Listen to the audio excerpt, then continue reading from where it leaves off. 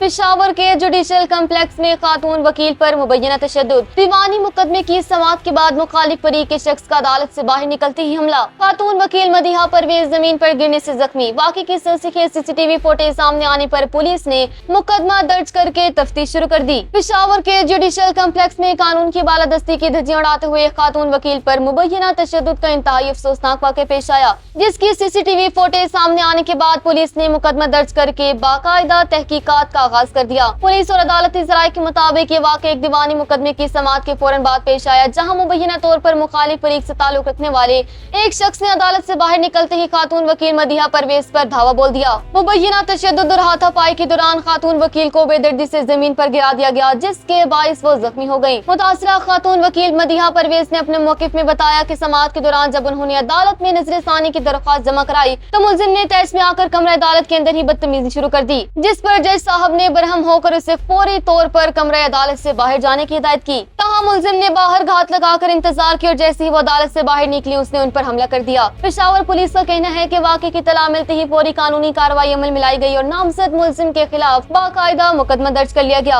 हकाम के मुताबिक वाक़े की मुख्तलिफ तकनीकी और कानूनी पहलुओं से तहकीकात जारी है और सामने आने वाली सीसीटीवी फुटेज का बारीक बीनी से जायजा लेकर मुलजिम की गिरफ्तारी के लिए छापे मारे जा रहे हैं।